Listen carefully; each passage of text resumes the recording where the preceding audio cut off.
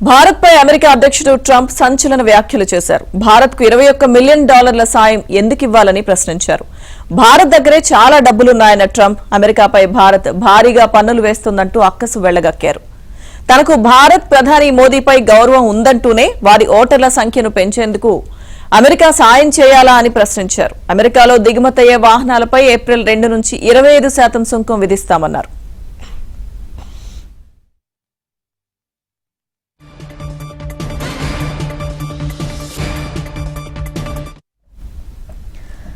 కాగా అమెరికా ప్రభుత్వ వ్యవస్థలో వృధా వ్యయం కట్టడి కోసం రూపొందించిన డోజ్ విభాగం తీసుకుంటున్న నిర్ణయాలు వివాదాస్పదమవుతున్నాయి.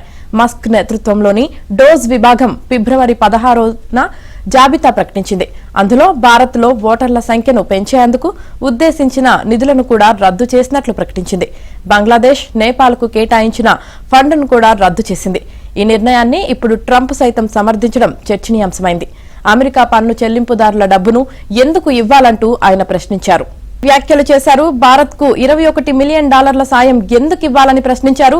ఇక ట్రంప్ చేసిన కీలక వ్యాఖ్యలకు సంబంధించి పూర్తి సమాచారం మా ఢిల్లీ ప్రతినిధి సతీష్ అందిస్తారు. సతీష్, యమని భారత్ పై అమెరికా అధ్యక్షుడు ట్రంప్ సంచలన వ్యాఖ్యలు చేశారు. భారత్ కు $21 మిలియన్ సాయం ఎందుకు చేయాలని కూడా ఆయన ప్రశ్నించారు. భారత్ దగ్గరే చాలా డబ్బులున్నాయని ట్రంప్ కీలక వ్యాఖ్యలు చేశారు. అమెరికాపై భారత్ భారీగా పన్నులు వేస్తుందంటూ అక్కసు కక్కారు. అదేవిధంగా తాను భారత్ కు ప్రధాని మోదీ పై గౌరవం ఉందంటూనే మరోవైపు దేశానికి సంబంధించిన అంశాలపైన ఆయన కీలక వ్యాఖ్యలు చేయడం పట్ల కూడా ఇప్పుడు భారత అంశాన్ని ఎట్లా చూస్తారనేది కూడా చూడాల్సింది. వారి ఓటర్ల సంఖ్యను పెంచేందుకే భారత్ అమెరికా సహాయాన్ని అర్జిస్తుందనే అంశాన్ని కూడా ఆయన తన ప్రకటనలో తెలిపారు. అమెరికాలో దిగుమతయ్యే వాహనాలపై ఏప్రిల్ 2 నుంచి 25% సుంకం విధిస్తామని కూడా ఆయన కీలక వ్యాఖ్యలు చేశారు. కాగా అమెరికా ప్రభుత్వ వ్యవస్థలో వృధా వ్యయం కట్టుబడి కోసం డోజ్ విభాగం తీసుకున్న నిర్ణయాలు వివాదాస్పదం అవుతున్నాయి. దేశవ్యాప్తంగా, ప్రపంచవ్యాప్తంగా కూడా దానిపైన చర్చలు జరుగుతున్నాయి. మాస్ నేతృత్వంలోని